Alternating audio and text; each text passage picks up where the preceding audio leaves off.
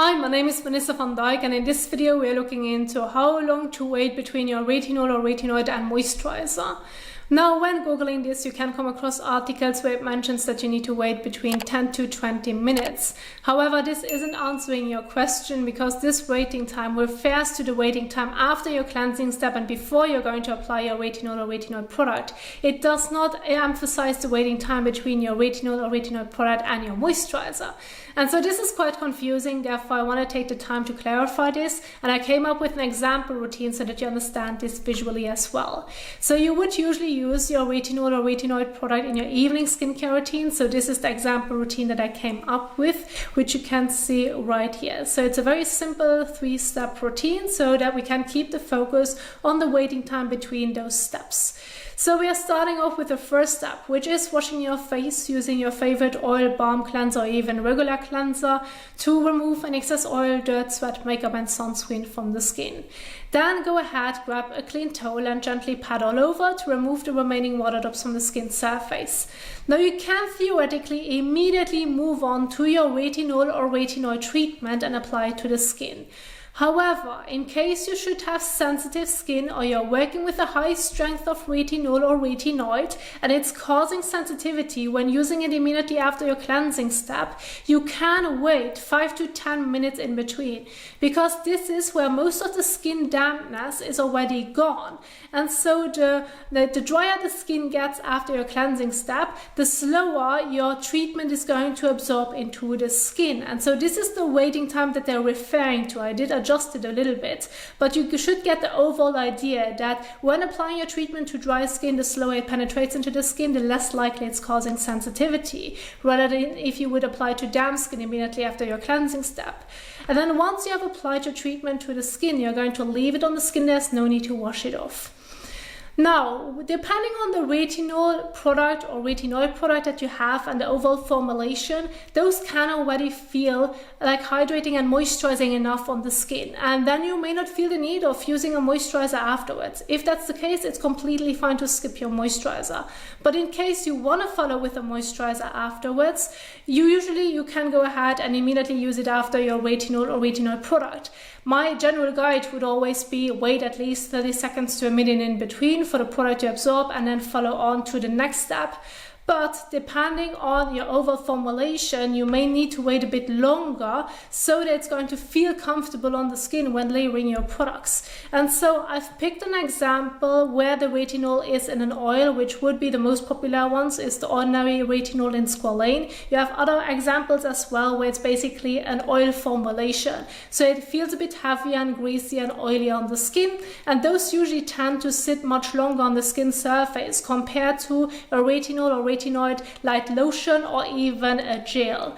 And so if you should work with such a serum, well, then you can wait between 2 to 3 minutes, wait for the oil to somewhat absorb into the skin, and then follow on with your moisturizer so that it's not going to feel too heavy or greasy on the skin, because the waiting time can play a significant role on how comfortable it's going to be on the skin. Still, if you should have and work with such a formulation in an oil, you usually do not need to follow with a moisturizer afterwards, because this formulation already contains everything that the skin needs in that specific case. It would play a much more important role if you should have a light lotion or gel-like texture, like based on your retinol or retinoid formulation, and then you're more likely to come across skin dryness, and therefore you usually want to follow on with a moisturizer afterwards. But still, technically speaking, there isn't really a strict waiting time in between your retinol or retinoid product and your moisturizer. It only applies to the cleansing, between the cleansing step and your treatment, if you should have sensitive skin or dealing with a potent formulation. And so this is what this all is about, and this is what you need to keep in mind, and please do not confuse it. And the same would apply when working with retinoids, which I have separated in another example routine, but you can see it's going to still stay the same. It's not going to change, other than that either you're using a retinol or a retinoid. And so this is basically all what I wanted to point out in this specific video, so that you understand the difference between the waiting times and when it's necessary and when it's fine to just basically skip on it and immediately move on to the next step. But there are certain questions that I often see under my retinoids videos, therefore I do want to emphasize them again in this video, which you can find under retinoid information. So first of all, right here on the top, I want to give you a brief explanation of what it is and how they work based on what they do to the skin. But the most common question that I get is if you can use such treatments during pregnancy. Now, overall, generally speaking, you shouldn't use them during pregnancy because they can potentially harm your baby. And so in this case, I always recommend getting the best advice of your doctor. And if you can, then of course, for sure, avoid such products during the pregnancy, time and even when breastfeeding. And then the other point would be if you need to use sunscreen with your retinol or retinoids. Now, in your evening skincare routine, there's no sun, so therefore you do not need to use a sunscreen. This is why you can see the example routines on the way I have presented them to you. The last step is your moisturizer. It's not a sunscreen, so you do not need to use a sunscreen in the evening. You only need to use a sunscreen in your morning skincare routine. So I just simplified it to come to the point. So you would wash your face, then do your usual morning skincare routine, and then the last step in your morning skincare routine is going to be your sunscreen to protect the skin from the damaging UV rays. And then in the morning is the time where you would apply your sunscreen, and that's basically it. In the evening, there's no sunscreen needed.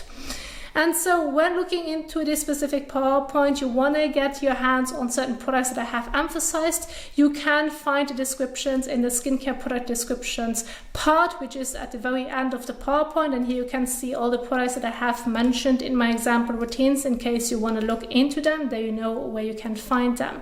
And overall, you can find the entire PowerPoint in the description box down below. So if you want to go over it in your own time, feel free and go ahead and do so. Now, this is what I wanted to share with you. I do hope that you enjoyed this video. If you want to support my work, since I'm an independent YouTuber, you're more than welcome, and click on the super thanks button to leave a little tip, or even check out the description box. There you will find a PayPal link. Otherwise, don't forget to give it a big thumbs up, as well as share it with your friends and family members. And if you now want to learn more about retinoids, you want to see the different applications, I'm going to leave some of the videos at the end of this video so that you can keep on watching. Thank you so much for watching, and I will see you soon in the next one. Happy skin caring. Bye.